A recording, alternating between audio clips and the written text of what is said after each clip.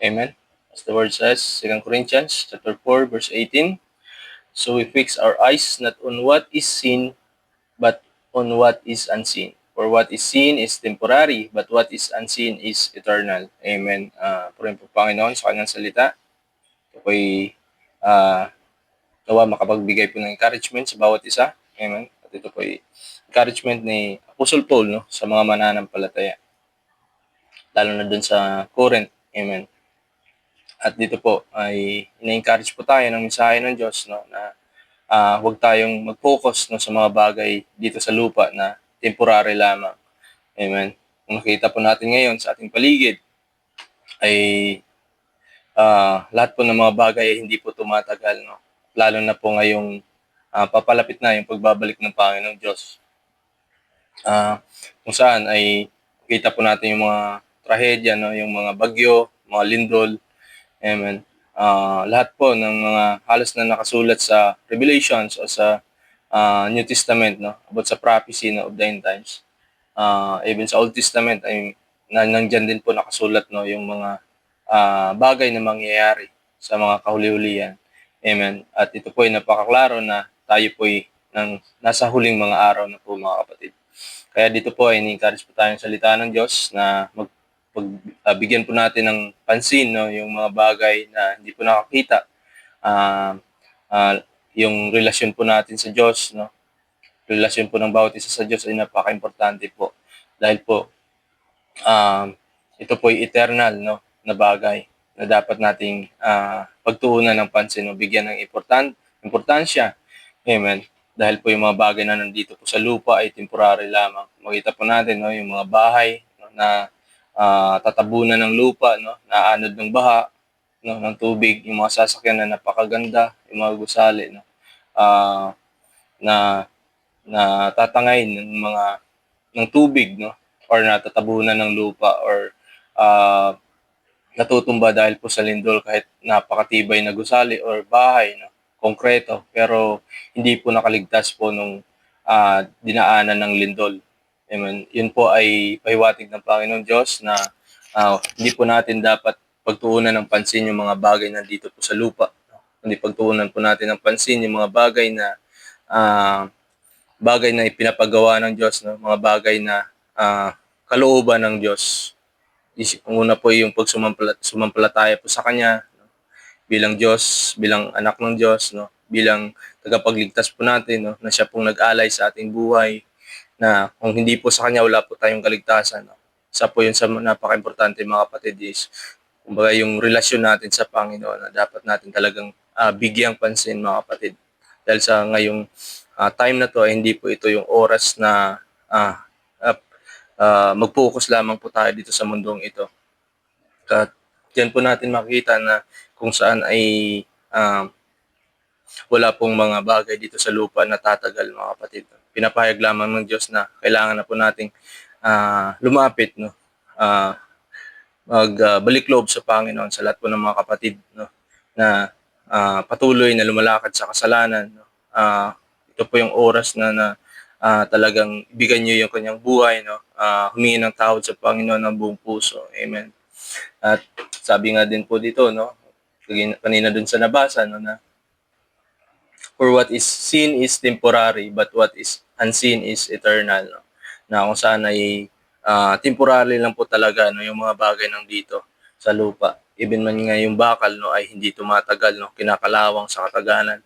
Amen. At sabi nga din po dito sa 1 John chapter 2 verse 15 to 17, no, do not love the world or anything in the world. If anyone loves the world, the love of the Father is not in him.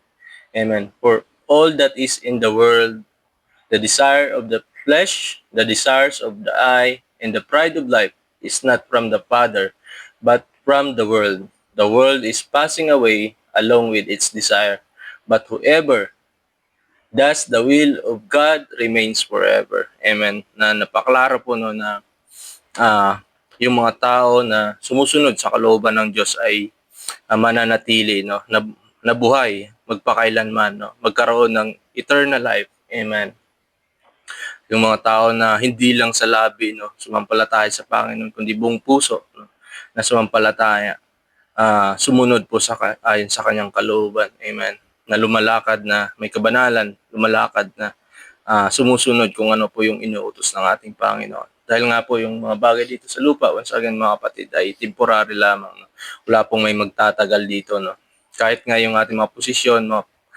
Yung mga mayayaman, no? Nakita po natin, no? Yung may-ari ng Apple, no? Napakayaman pero hindi niya po naligtas yung kanyang buhay, no? Sa napamagitan ng kanyang pera, no? Hindi po siya tumagal, no? Namatay din po siya. Amen. Yun po ay isa sa mga halimbawa na lahat po tayo dito ay mamamatay, no? At pagkatapos nun, sabi ng salita ng Diyos, no? Pagkatapos ng mamatay ng tao ay haharap siya sa hukuman. Amen. Kaya yun po yung nakakatakot, no? Pag wala po tayong tunay na relasyon sa Panginoon, ay doon po, no? Haharap po tayo sa hukuman, no? Sa Panginoong Diyos, sa Panginoong Hesus, no? Sa araw ng Judgment Day. Amen. At ang pinaka-the best po, no, na desisyon sa ating buhay is yung ilapit po nating buhay sa Panginoon, no, sumunod po sa kanyang kalooban. Dahil nga po, hindi po tayo mawawalan, kundi magkakaroon pa po tayo. No? At yung isa doon is magkakaroon tayo ng buhay na walang hanggan, pinangako ng Diyos. Ang ating Diyos ay napakabuti po mga kapatid, lahat po ay kanyang ginagawa, no, para sa atin lahat na magkaroon po tayo ng relasyon. No? Inaabot niya po yung bawat isa, no, na ang bawat isa pag namatay po ay hindi po magsisisi na wala pong may naghayag sa kanila ng salita ng Diyos. Amen. Kaya ngayong mga oras na ito, no, ngayong mga time na ito mga kapatid, ay suko niyo po ang inyong buhay sa Panginoon dahil wala pong ibang makakalagtas sa inyo, no, sa kapahamakan, no. Ay hindi lang po dito yung kapahamakan mga kapatid. Tayo po lahat ay hatulan, no, ng Panginoong Diyos kung tayo ba'y tumanggap sa Kanya, sumunod sa Kanyang kalooban. No?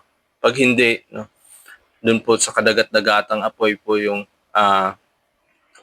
mararatnan ng bawat isa na hindi po sumunod, no, hindi po lumakad na naayon po sa ating Panginoong Diyos. Amen. Kaya encourage everyone, no, na bigyan po natin ng halaga, no, yung relasyon po sa Panginoon. Hindi lang po sa pangalan kundi apply sa buhay, no. Bigyan ng oras yung pagsamba sa Panginoon, no? Yung pagbabasa, yung pananalangin, no? Yung pagsunod po sa kanyang salita, no? Yung pagpapahayag ng salita ng Diyos. No? Dahil yan po ay command ng Panginoon. Amen. Sabi nga din po, no, sa Matthew, no, chapter 6 verse 19 to 21, do not store up for yourself treasures on earth where moth and rust destroy, and where thieves break in and steal. But store up for yourselves treasures in heaven, where moth and rust do not destroy, and where thieves do not break in and steal. For where your treasure is, there your heart will be also. Amen. No? Na hindi po tayo mag-impok, no, ng mga bagay dito sa lupa dahil yung mga bagay dito, no, na dito sa lupa ay masisira lamang. Isa doon may nakita po ako, no, na isang kababayan natin na siya po ay nag-impok, no, or siya po nagtago po ng pera, no, sa kumbaga alkansya, no. Nung time na nabuksan niya na, no, kasi alam niya na marami na siyang nailagay doon sa alkansya. Nung binuksan po niya, no, ay inanay po, no, yung pera, at makita mo doon is halos puro 1,000 po na papel ang kanyang itinabi, no, itinago. No. Doon po ay napakasayang, no, ng bagay na yon na kanyang iginugol, no, pinagtrabahuan, kung ano pa man, no, kanyang pinagdaanan.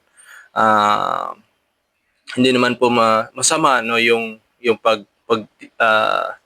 pag-save ng pera, no, paglagay sa alkansya, pero kumbaga yung mensahe doon is, no, wag natin ituon ang mga bagay dito lang, no, sa pera, no, sa negosyo, no, sa anong mga bagay dito sa lupa, dahil ang lahat ng ito, ang katotohanan ay wala po talagang may magtatagal. Sabi nga din po ni Solomon, no, sa Ecclesiastes, no, chapter 1 verse 2 to 4, futility of futilities, says the teacher. Futility of futilities, everything is futile. What does a man gain from all his labor? Amen. And what is He toils under the sun.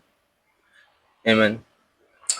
Dito po, no, sinasabi niya, no, na kung saan sa ibang translations or version is vanity among vanity, no.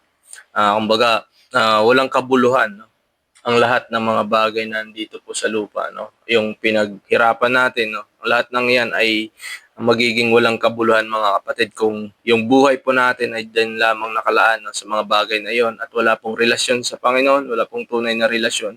Lahat ng 'yun po ay talagang useless po, mga kapatid. Kaya napakaklaro po na bigay po natin, i-alay niyo po yung inyong buhay sa Panginoon ng buong puso, lumakad po kayo.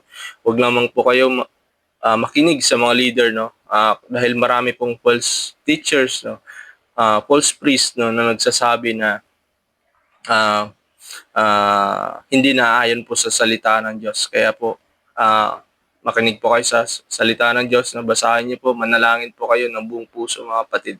Dahil nga po nandiyan po yung Panginoon, siyang sasagot po sa inyo. At dadalhin po kayo sa mga kapatid na tunay po na may pananampalataya, may takot po sa Panginoong Diyos, no? At sumusunod po sa ayon sa kanyang kalooban, at hindi po sumusunod na naayon po sa kamunduhan, no? Hindi po kino-compromise yung salita ng Diyos, no, ayon sa kamunduhan. Kaya yun po, mga kapatid, encourage po sa bawat isa, at God bless po sa lahat. Amen and amen.